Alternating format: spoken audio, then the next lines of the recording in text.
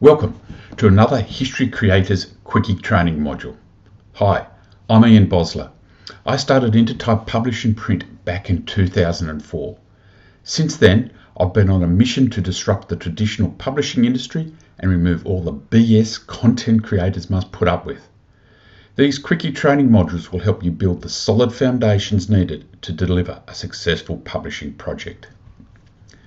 In Saturday Secrets Episode 2, I went through the marketing pyramid and the three main frameworks.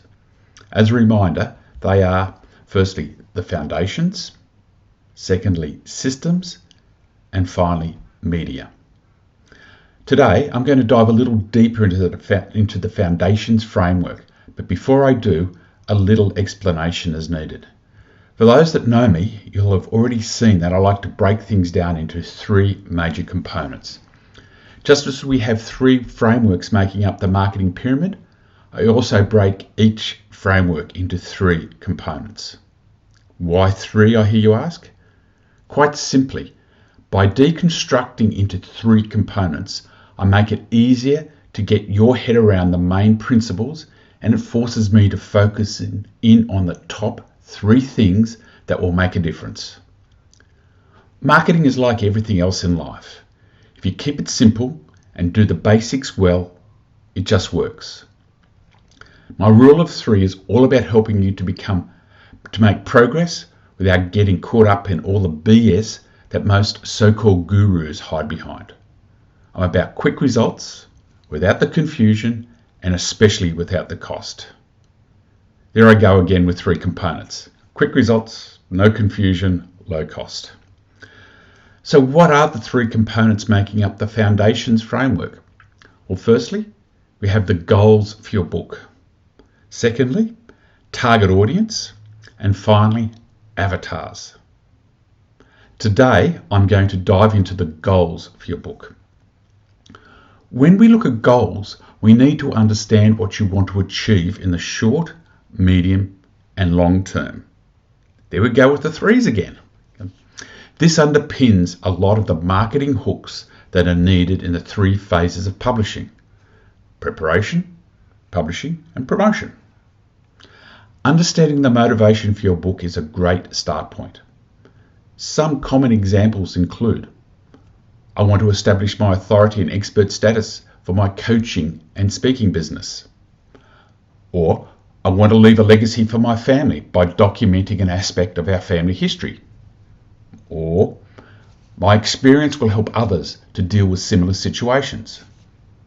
Or, the wisdom I've developed in my area of expertise will help and inspire others. Or, I want to entertain an audience. Or, I want to make a living out of my writing. Or, I want to prove myself that I can do it. Okay. So, what is your motivation? Take time out now to just note that down. Dive into it. Now that you've defined your motivation, it's time to define your short, medium, and long-term goals. Each of these goals needs to be congruent with your motivation and follow the SMART goal format. By SMART goal format, we mean specific, it's measurable, it's actionable, it's realistic, and it's timed. So for example, if your motivation is to write a family history book, it would be incongruent to have a short-term goal of selling 1 million books within 2 weeks of book launch. While that might follow a SMART format, a SMART goal format, it's just not congruent with a family history book. It's just not achievable. In this case, a more realistic goal set would be: short term, have my manuscript fully edited and ready for publishing by the 1st of April. My medium term goal would be to self-publish my book and have printed copies available by the 1st of May. And the long-term goal would be give away and or sell 250 copies by the 31st of December.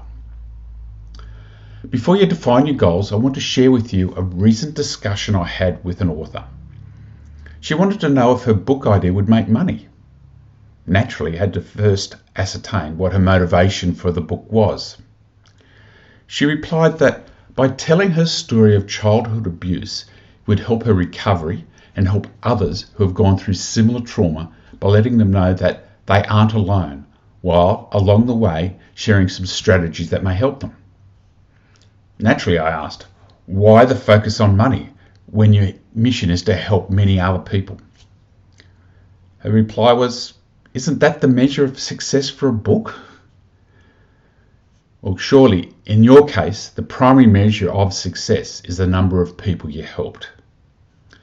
In her instance, making money is a secondary but important motivation that will fund her to get a message out to more people. But we want you to document your primary motivation. That is the key thing that we need to be congruent with. Now, hardly a day goes by when I don't have this sort of discussion with an author. When the number of book sales is important to an author's motivation, I use the following guide. First, I ask, are there at least 10,000 people in Australia that will gain great value from your message? Now, this is a rough measure for the viability of your book. And as some 360 million people speaking English as their first language, it extrapolates to over 140,000 globally. Now, if your book passes this hurdle, you need to form a rough estimate of the size of the market. This can be done with some simple Google searches. In this case, the Australian Bureau of Statistics estimates that some 2.5 million Australian adults have experienced childhood abuse. This figure extrapolates to over 36 million English-speaking adults on a global scale. Putting aside the sadness and enormity of this major social issue, the market potential for her book is huge. Now, the follow-up question you need to ask yourself is, what will stop me selling 1,000 copies of my book within the first 12 months?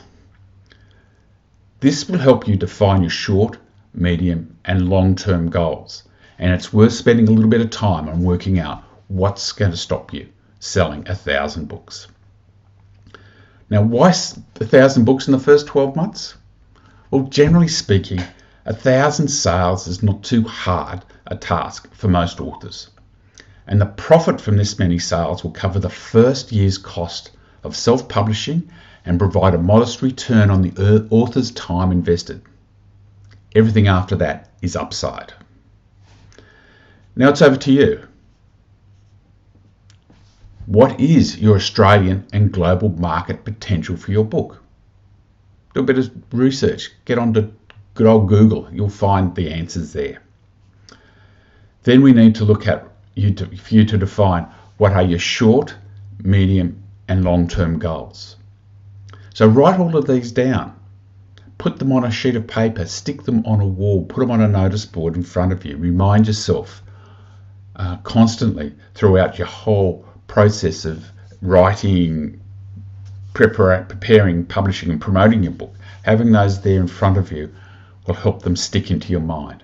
It's a very, very important aspect. That visual aspect of goal expression will help you meet goal attainment. The other thing you should do is to go off into the History Creators Facebook group and share your goals with the tribe. They're there to help you and help you keep yourself accountable as well. So that's it for us, episode 3. The first foundational element being about defining your goals. So over to you now.